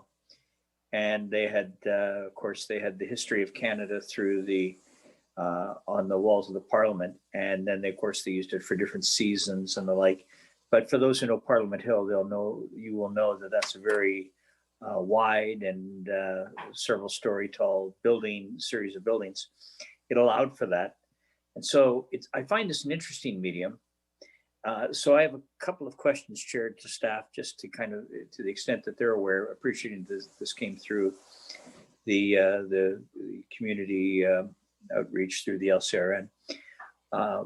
First is, it's 3 projectors. I don't know if Ottawa has one. I don't know exactly how that works, to be candid. So could I just have a little bit better understanding of how many cameras it takes to have to put a broad projection? Secondly, do we have walls and buildings that are of sufficient size and scope to be able to provide something that would be sufficiently interesting? And I'm not talking about a history of London necessarily, but I'm just trying to get a sense as to how I've seen it work. And by the way, stunning in Ottawa. And thirdly, are there other communities that we're aware of beyond Ottawa that staff may be aware that are using this medium as well? I'm thinking in terms of longer term, some of the focus on film and television and the arts, how this might go hand in hand. But I wonder if I could get some comments, Chair, from staff on this, please. Okay, let's go to staff. Through the chair, I'll start. We'll do our tag team with Mr. McGonigal and I for this one as well. But it's through the Arts Council, and it's a good example of the Ottawa Parliament buildings. It is that type of art projection that we're talking about. So it's a little bit different than the one that was in the multi-year budget. I believe it was more of a branding type art projection, a stagnant type art projection, and that's why the number was different. One of the locations, for example, that we have done it in London previously was the World Figure Skating Championships, and it was on the side of the Bud Gardens. There was a location there where the viewing occurred in the market area there. It was quite spectacular, actually. So that's the type of example or type of building that it could be. So if you look at the courthouse, Bud Gardens, Centennial Hall, different areas like that. And certainly I'm not the art curator, so won't be making those selections. Fortunately, we have people that are much more knowledgeable than I to do that. But it's one projector this year, one projector the following year. So I believe that you can do those separately. So it would be two different types of projections. I don't know how many the Parliament building has. I would guess with the size it's 2 or 3, but I don't know for sure. But these would be two separate locations that could be happening this way, or you could have a sort of in conjunction with one another if it's a large enough surface. I will pass it on to Mr. McGonigal for any further information, but that's my knowledge to this. Thank you. And through the chair, what I will say is I'm uncertain of the technical capabilities to move around one unit as opposed to looking at 2 units for 2 different buildings. So that is how we looked at it in this case. That's the information that we have from our partners who have researched this topic. So there is a capital expenditure of $200,000 in the business case, and it is noted that each projection system is around $100,000. So to provide some further context, in terms of other municipal examples, I think Ottawa is a great example. I know Toronto has a lot of different variety of options related to projectors and illumination. And I'm sure there's others examples that I just don't know off the top of my head, but that's the information we do know today. So Chair, as a follow-up to that, if this came through the London Arts Council representation to the LCRN, is that where the administration of this would lie? I'm trying to get a sense of who would be responsible were we to proceed with this project. Through the chair, yes, that's my recommendation, that it would go through the Arts Council. They've got the expertise and the choice and selection process, and the jury that would be able to work through this. So that's our recommendation, yes. And my final question then through your chair is this. When we talked about the skating championships, and you referenced Bud Gardens and the large buildings that we have, which are downtown, is this on the assumption that these projectors can be portable? It would shock me if they weren't, but if they were, could one imagine that there would be other parts of the city, providing there were buildings to accommodate it? And I say buildings, but whatever the medium is, screens, I'm not sure, but would this have to be focused in the downtown, or would it have mobility around the community? Through the chair, I will ask that question. I can't confirm that at this point, but we can follow up and ask that. Thank you. Okay, I've got Councillor Van Holst and Councillor Slee. Councillor Van Holst, are you okay if I go to Councillor Slee first? He's a member of the committee. Councillor Slee, go ahead. Thank you, Mr. Chair, and question is staff. So I recognize that it looks like 2/3 of the funding related to this are going to be going to just the projections.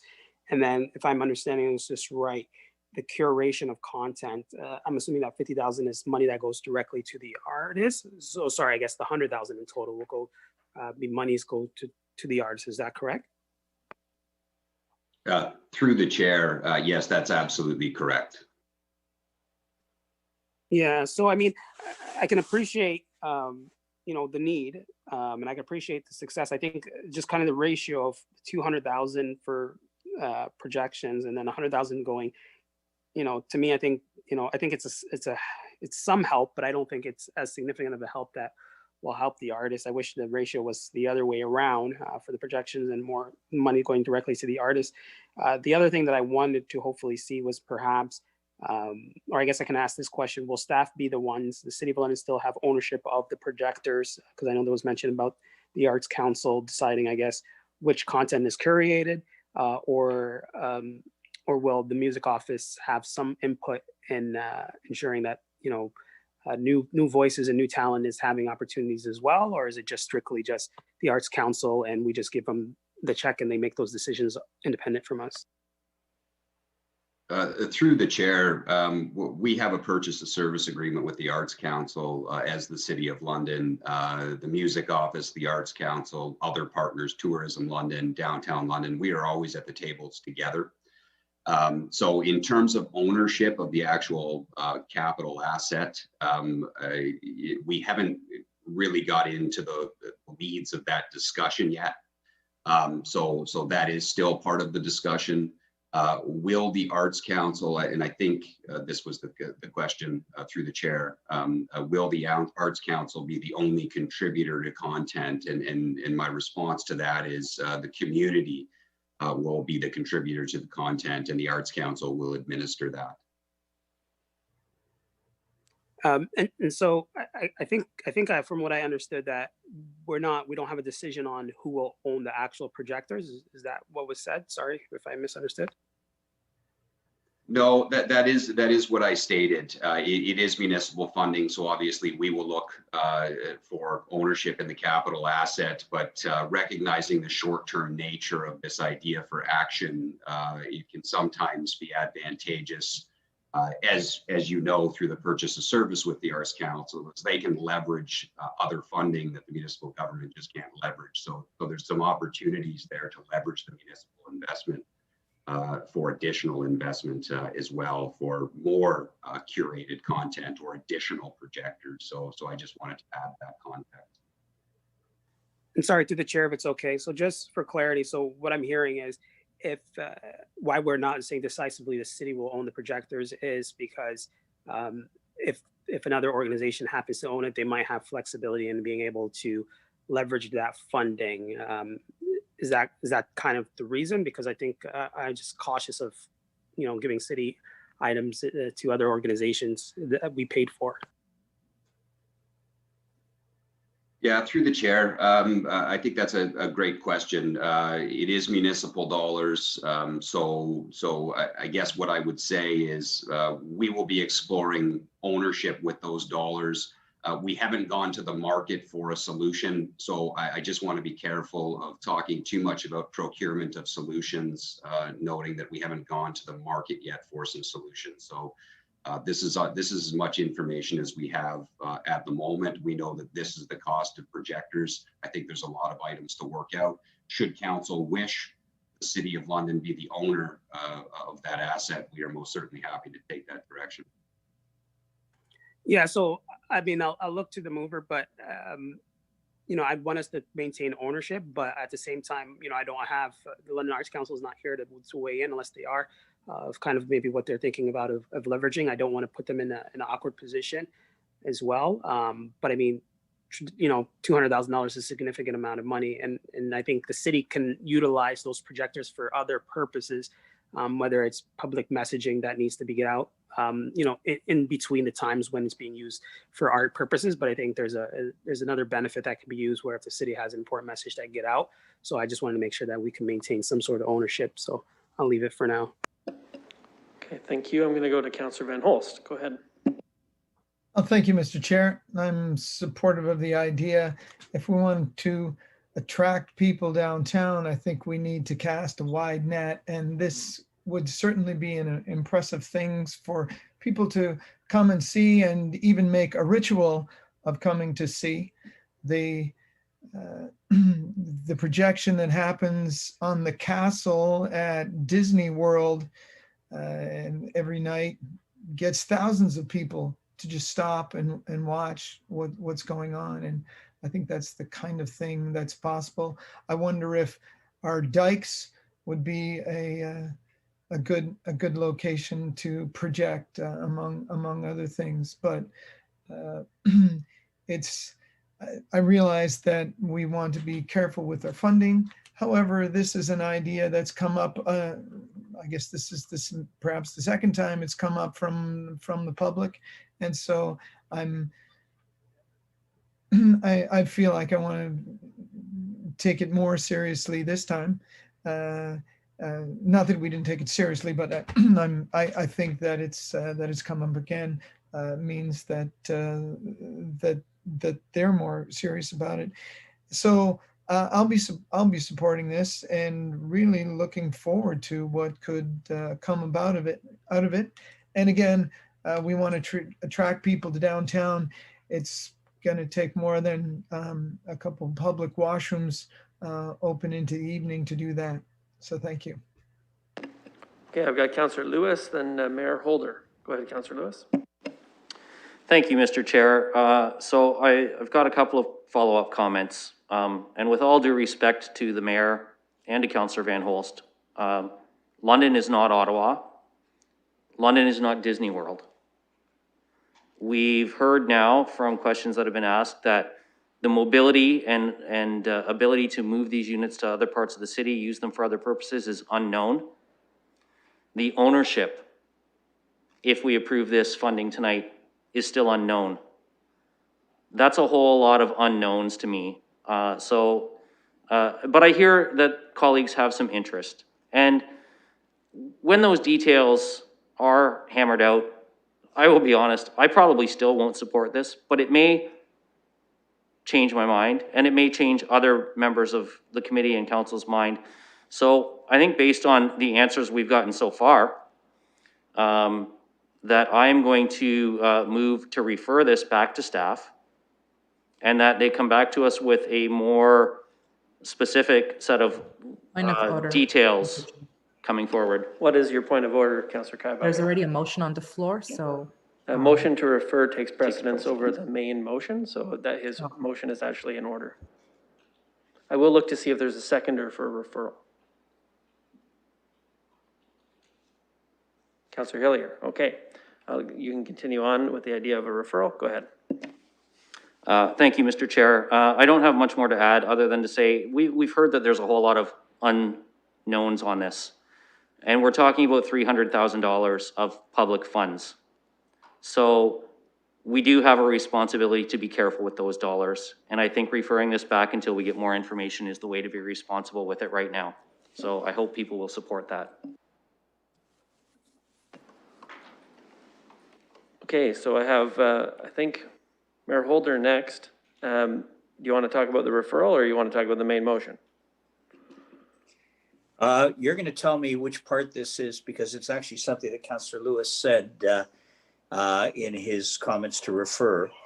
And I think it was fairly clear to me that when I was using my own experience relative to the projectors, Chair, I wasn't talking in terms of London being compared to Ottawa, nor was I even suggesting at that point that we had the same capacity because of the size of building that Parliament Hill was. And I was almost ready to take some exception to reference that I was going down a certain road when, frankly, I hadn't even postulated an opinion on the main motion. But I was surprised by, certainly surprised by Councillor Lewis's comments. I'm not going to support the referral. From my standpoint, I look at London and how this will support the artists. I look at how it will be the gift in so many ways. I believe that we'll keep on giving in different ways.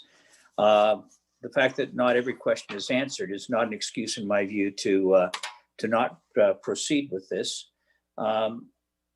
I think it does help artists. I think it's creative. I think it will provide, and the reason I won't support the referral is because it's more of talking about talking. You know, look, I don't want London to be the place that fun forgot. And at the same time, I think we all are trying to be responsible for the expenses that are put in front of us. But I'll remind colleagues that what we were provided and what we voted on was a reserve fund where we allocated a specific amount of money to be able to look at such projects. This came up through the London Arts Council. I respect how they approach this. So I'll vote against the referral, and I will support the project as it comes forward. Thanks. Okay, so we're on the referral. Councillor Van Holst, were you looking to speak to the referral? No, just left my hand up by accident, Mr. Chair. Okay, so I don't have any other speakers on the referral. I do think maybe it's helpful to just check with staff because we do have some things that are known and some things that are unknown. I guess if it was approved now, the implementation plan, one would be the next point that where we would see something coming forward to say, here's how we're going to acquire the capital asset, or this is the next step in the decision-making process. Is this the last time that we're going to see any details about that if it were to go ahead, or is there another opportunity? that may factor into what people think about the idea of referring it to get more information before we make a decision. Through the chair, I could reach out and have some information back to council with a couple of those questions. I think they're relatively easy questions. We brought back the estimate of the cost and what it would cost to curate. We hadn't addressed the ownership issue with London Arts Council being a partner, a long-term partner with a purchase service agreement. We hadn't addressed that as an issue. We get along well and work through many issues together. So we can certainly look at the ownership of the projectors. I think city ownership is not a deal breaker in this, and I think we can be the owners of that, and I could get the answers on whether these projectors can be used throughout the city. Certainly the focus and the idea behind this as Destination London was to enhance the downtown core and to bring people to the core. So certainly the primary objective of the projectors and the art projection project is in the core, but I can certainly ask the question and have that answer as to whether the mobility of the projectors and whether they can be used in other areas throughout the city. But I think the ownership issue, and I feel fairly confident in saying that if it's the desire to own the projectors as a city asset, that we could do that. It hasn't come up in discussion, but I don't see that being an issue that we couldn't resolve. I'll have to get an answer on the mobility of the projectors. Okay, I've got Councillor Lewis has a point of order, I think. Mr. Chair, with all due respect to Mr. Stafford, and he knows he's got a ton of my respect, as the co-lead on the Destination London table, the Destination London focus was not exclusive to the downtown. The Destination London focus was on the city. So that's not a point of order. Are you trying to clarify something? Yes, it's a point of clarification on that. That was not the mandate of that table. Okay, I don't have any other speakers on the referral, so we're going to have that motion come up and we will vote on it.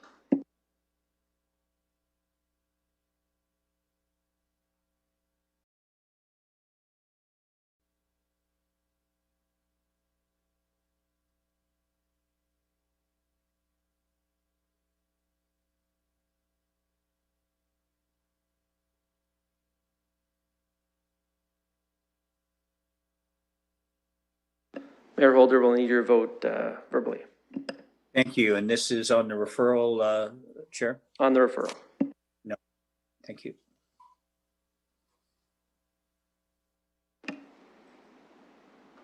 Closing the vote, the motion fails 2-4. Okay, that brings. Any further discussion on the main motion? I do think we'll try and get some clarification on some of these items that came up between now and the council meeting. So if colleagues have got those questions still at the council meeting, we can see if we can clarify some of them. Councillor Van Holst on the main motion. Go ahead. Yes, thank you, Mr. Chair. And just adding my own point of clarification, I certainly wasn't talking about Disneyland because that's what I want London to be like, but rather to say that this particular technology is enjoyed by many, many people. And I think that Londoners would also enjoy this as well. Thank you. Okay, we're going to bring the main motion up for a vote.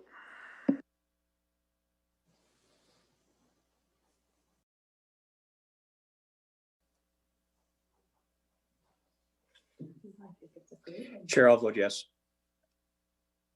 Thank you.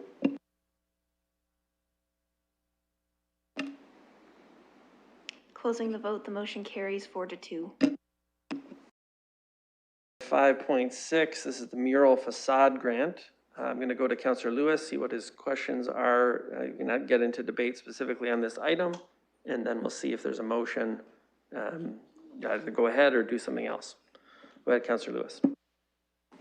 No question on this one, Mr. Chair. I just want to vote separately on it. As I indicated, we approved $250,000 in facade improvement grants last night at PEC.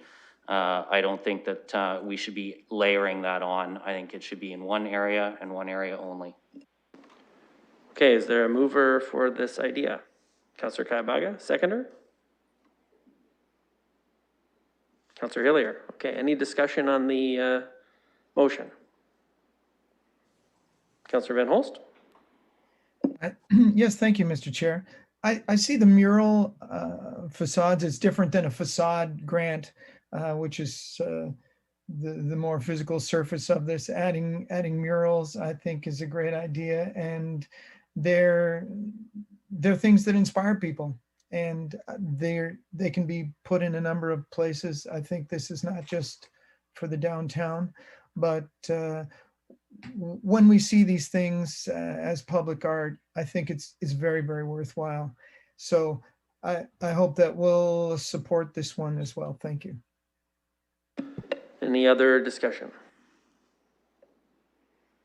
Okay, I'm just gonna say one thing, which is we had a very small example of this in Oldies Village partway through the pandemic, and I will say it was very successful in terms of livening up the street, giving artists work to do when they otherwise were not able to work, and really making the best of a very bad situation.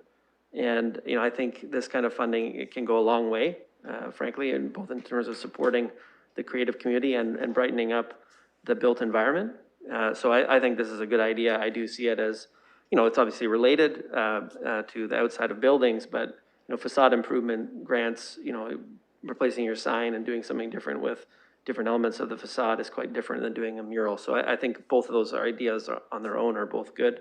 I look forward to supporting the ideas that were coming out of a planning committee, council, but I think this one on its own merits is also a good idea, so I'm going to support it. Councillor Kaibaga? Thank you. And I just wanted to add just to the councillor's comment on the building facade and the mural facade are very different because especially in the pandemic right now, we're dealing with a lot of vandalism in the downtown, which that fund will specifically support a lot of damages that some businesses are sustaining right now. And this specific item, I think the value that it brings to not just the city, but the community and the gain that we will have from it is large for us not to support it. So I'm happy to move the motion. Okay, let's get that one up.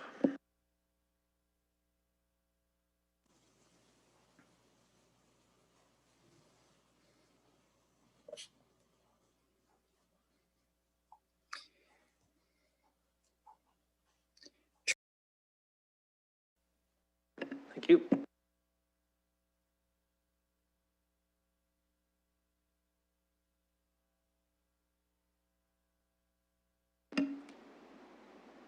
Closing the vote, the motion carries 4-2. Brings us to the end of the specific items for discussion. We have the overall motion that's put forward from the staff report, which I think with the exception of the ones that were referred, we could go ahead with that motion as it's drafted. Is there a mover for that to deal with all those things? Councillor Kaibaga, seconder.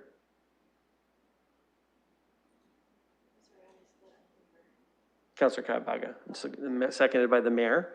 So the way it's drafted, since there was some disagreement about the public art projection and the mural facade grant, there's two ways we could handle it. We could vote on those things separately again.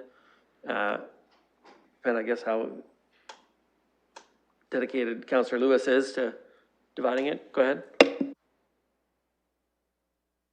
Okay, wonderful. So we'll do just B, C, D, and E in that initial recommendation, having already gone through all the other parts. Thank you very much for saving us from that. Okay, so that's been moved and seconded. Any discussion about that overall? The rest of the motion?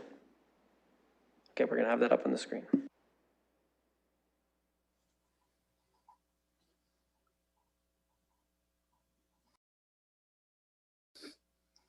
Sure, I'll vote yes. Thank you.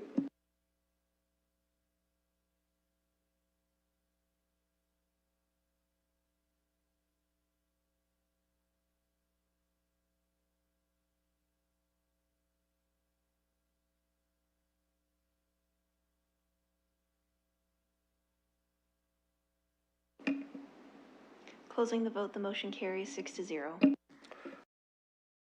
With the consent agenda, here it is at 10-6.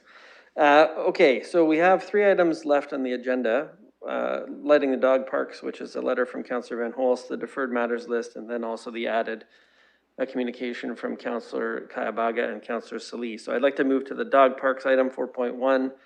We have the letter from Councillor Van Holst. It looks like he's looking for a motion to direct a business case to come forward to the 2022 budget update. So I'm going to look just right off the top to see if anybody wants to move that direction right now. Mr. Chair, can we hear him first? Well, what I'm trying to do is see if anybody wants to move it, and then we could have a discussion about whether it's a good idea. But if nobody really wants to move it and we want to just receive it, then we could have a motion there and Councillor Van Holst could then weigh in. I'm just trying to get a sense of where the committee is leaning at this point. Okay, so I don't see anyone saying go ahead with the business case. Is there somebody who wants to receive the communication? Okay, Councillor Lewis, seconded by the mayor. Okay, I'm going to go to Councillor Van Holst. You can articulate, I mean, you laid out in the letter why you want to see this happen, but go ahead. Thank you, Mr. Chair. So this was a concern from residents coming forward and working with staff. They suggested that the best path forward was for them to prepare a business case. And so I just came to the committee suggesting that that business case be moved forward. But I can make the motion at council. However, this was staff's recommendation about the best path forward on this, and there certainly is a need. So I leave it in the hands of your committee. Well, I certainly can see why, the recommendation would be take it to committee because there's no budget for this kind of initiative, and there needs to be some kind of council direction to have a business case if we're going to allocate new resources to a new idea. So that seemed like an appropriate response from staff. Committee members don't seem willing to do anything about the business case right now. So I guess we'll just have a vote on receiving the communication. Let's move it. Chair, I'll vote.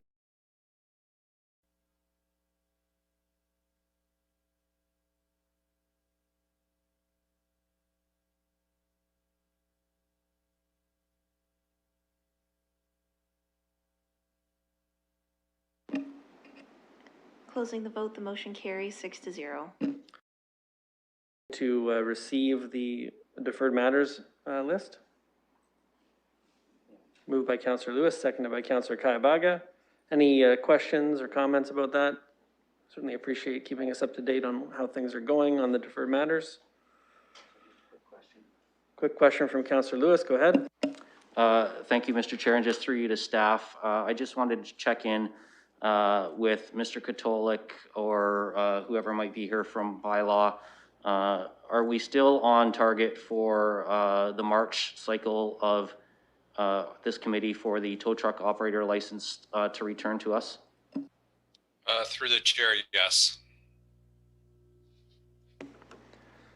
Short and sweet. I appreciate that, Mr. Katolik. Okay, let's open that up on the screen and we'll get to the voting. Mayor Holder, you'll have to vote verbally.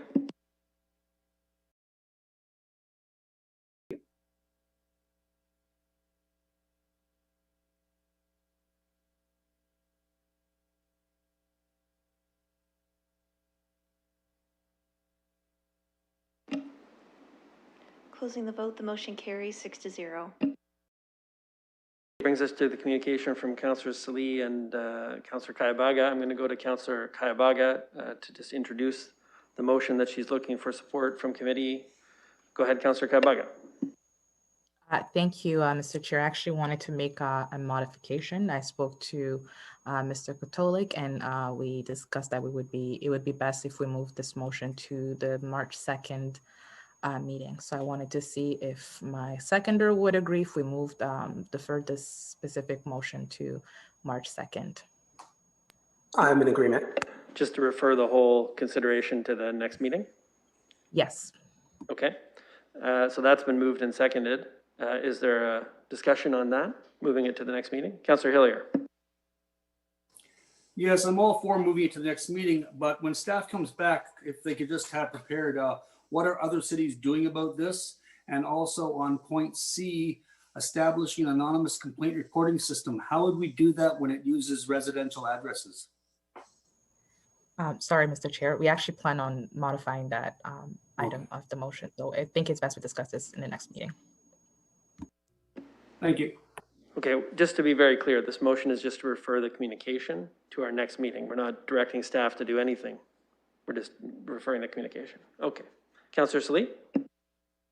Yeah, Council, if it's helpful, I was just going to also add, I appreciate the sentiment behind this letter and support it. I think my conversation with Councillor Kayabaga will be making some changes to the motion just based on some initial feedback from staff. And I think hopefully we'll have something that works for committee. So we'll probably draft up a different motion that you'll see on a later communication, just for clarification. Okay, thank you. We're going to open up the vote about referring this communication to the March 2nd meeting.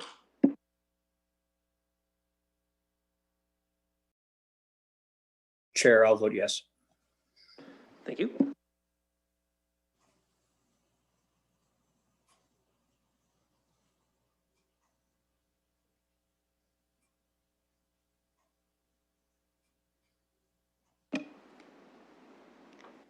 Closing the vote, the motion carries 6-0.